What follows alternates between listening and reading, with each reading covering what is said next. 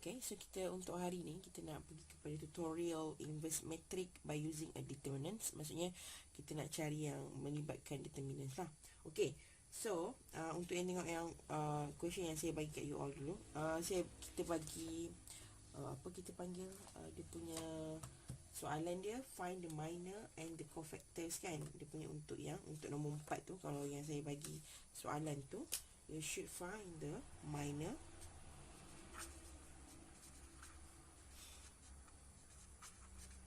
and the cofactor.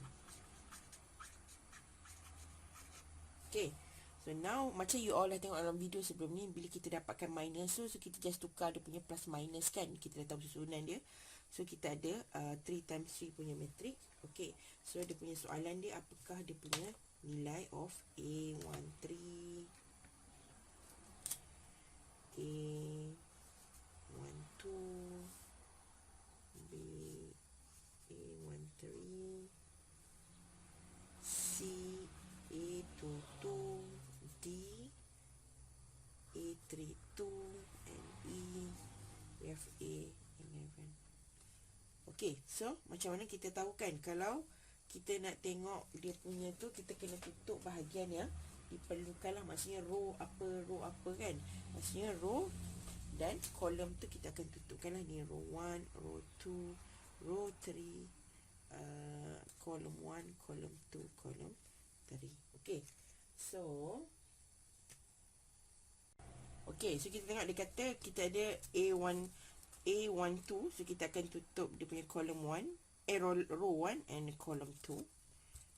Alright, so kita akan kirakan dia punya ni lah. So kita akan tutup dan kita akan buat dia punya ni lah, 4, 0, 2, 10.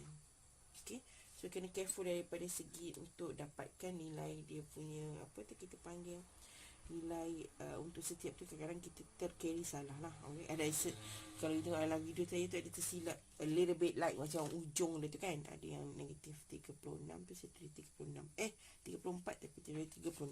Okay, so this one kita tengok yang ni, and then kita ada kita buat masukkan je dulu, lepas tu nanti baru kita kira lah A13. So maksudnya kita ada row 1, column 3, so we have 4, 0, 1, 11, 1, 2, 2, row 2, column 2, so kita ada 3, okay, 3, column 3, row 2,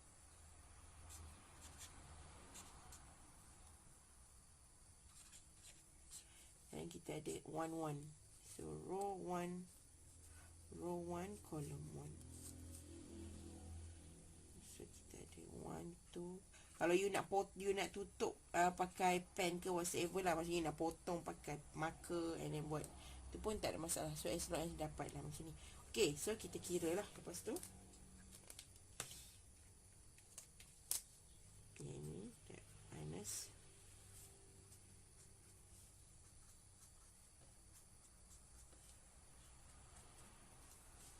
So ini kita akan dapat 40 minus 0, so will be 40.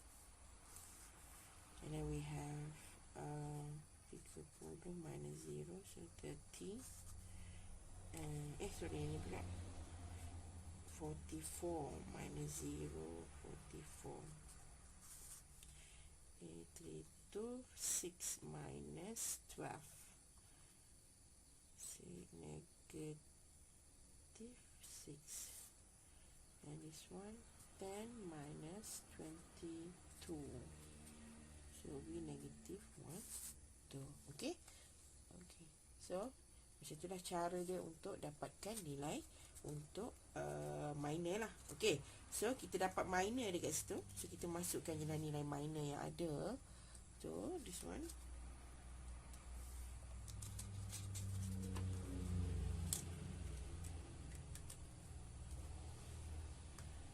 minor yang ada tu.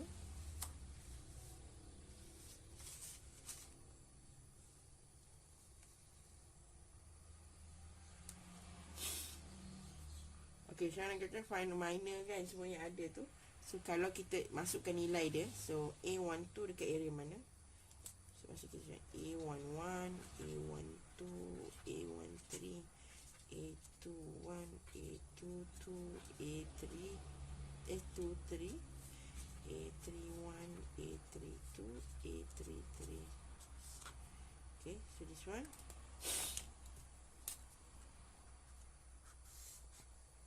So kita masukkan nilai yang kita ada tadi. Kita ada apa tu tadi? Negative 12 tadi ini. Lepas tu A12 40, A13 44, A22 30, 30, and then we have 30. Ini A23 tak ada. Ni yang dia minta dalam soalan je lah. Okay, and then kita ada A31 tak ada, A32 6, 1, 2, 3, 4, 5. Okay, so kita tengok yang ni. So nilai kat situ kan kita tahu ini adalah positif. Kalau kita tengok kan, so ini adalah positif lah. Positif, negatif, positif. Kat sini adalah negatif, positif, negatif, positif, negatif, positif. Okay, so kita tahu A11 kita adalah tadi ini adalah untuk minor lah. Kita cari tadi mula-mula ni adalah untuk minor. So, kita cari minor dulu kat sini.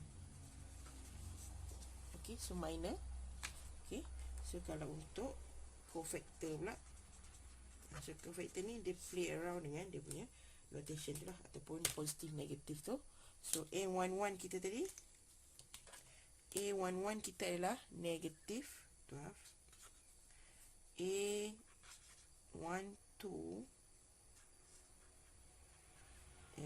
jadi satu yang kita ikutkan A dia. Okay, so A dia A12 tadi adalah negatif 40, and then we have B A13 44, and we have C A22 30, D A32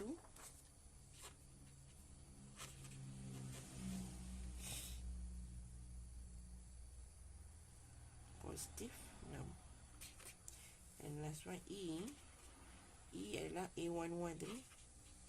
A11 kita adalah negatif 12. Okay, so itulah untuk nilai, untuk dapatkan nilai dia. So macam yang kita kira baru ni adalah untuk cofactor, yang tadi tu minor. So masa kita kena cari minor dulu. So ni minor tadi. Okay, ni adalah cofactor dia. Okay, so yang itu adalah untuk yang nombor 4 lah. Okay, kita pergi yang nombor 5 dengan nombor 6.